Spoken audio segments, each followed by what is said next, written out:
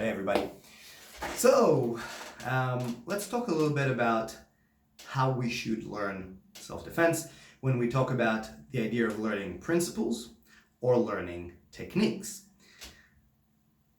It's a bit of a catch-22 when we have that discussion, right? I'm a big fan of principle-based learning as opposed to prescriptive techniques. In other words, when he does X, I do Y, and it has to be done exactly like this, yada, yada, yada. Violence doesn't happen that way. It is dynamic, it is fluid, it changes quickly. To quote Randy King, high-speed problem solving, I 100% agree with that, and I think that's very much what it needs to be. So the question is, how do we give people the tools to problem solve and improvise on the fly? And principle-based learning is a really good way of doing that.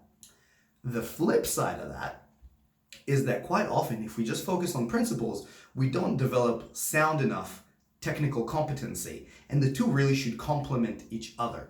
Now, here's where I think Krav Maga, which started off as a really good self-defense system, is now completely failed, and there's very, very few good Krav Maga schools who get this right, is that they have become these prescriptive, by the numbers, really traditional martial art, where you have to learn a set of techniques, perform them in a grading or a test, you get your next level and you get your next set of techniques.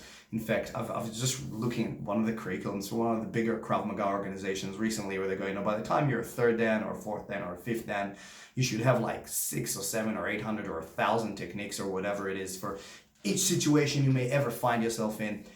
Bad news for you guys, right? Our brain is not wired that way, right? So Hicks' law, right? The more tools you have in your disposal, the longer it takes you to find the right tool. That makes sense. That's also the way our brain works, right? A really good analogy for that is if you think of your brain like a desktop, right?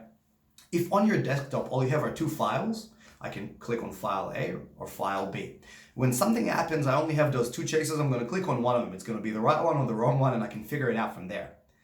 Now, imagine if you have the most cluttered desktop like ever, right? So like folders and files everywhere and they're not organized. Then you click on a folder and there's like another 50 folders inside that. And inside each one of those is like 10 files. How long is it going to take you to find the right one?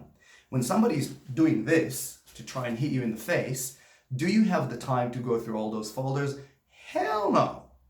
Okay, so if that's the way you're learning and you're thinking about volume and like large number of techniques, you're looking at it totally the wrong way. Yes, you need to develop some technical capability, 100% without a doubt. I 100% agree with that. But that should really focus on understanding biomechanical principles and how the body works, and then applying those to problem solve within a different range of context and situations. And that'll be different from person to person as well, right? What I can do will be different to what you can do, next person, so on and so forth. So yes, we need to develop technical competency, but ultimately, really, once we've got a bit of technical competency, we always want to focus on principles as opposed to techniques to allow us to problem solve a little bit quicker and improvise when we need to. So keep that in mind. If your self-defense training look like a list of techniques you have to learn and then just move on to the next one, learn another list of techniques, there's a very good chance you're doing it wrong. Lastly, let me share a little story with you, which I think exemplifies that really, really well. And this is a gentleman who used to train with us at Kaya here in Perth, Combat Arts Institute of Australia.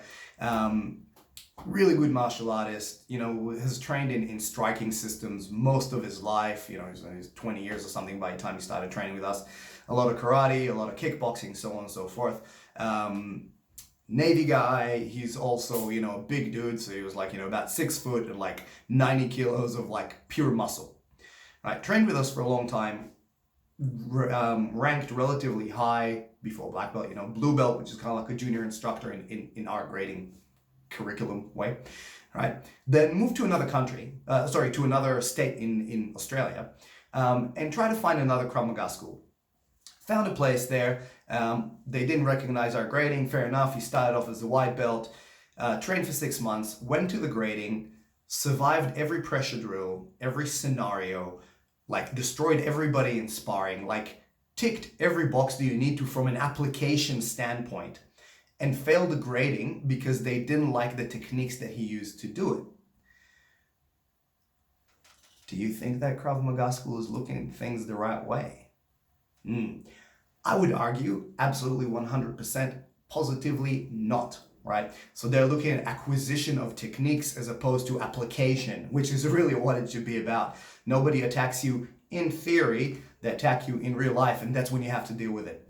So you need to have a technical base. I used this slide before. You need to have a technical base. You need to have principle-based learning. You need to integrate the two to problem solve in a variety of contexts and also consider what that looks like for you. As per usual, if you're not sure, don't know what good training needs to look like, come talk to me. I'll guide you to the right place.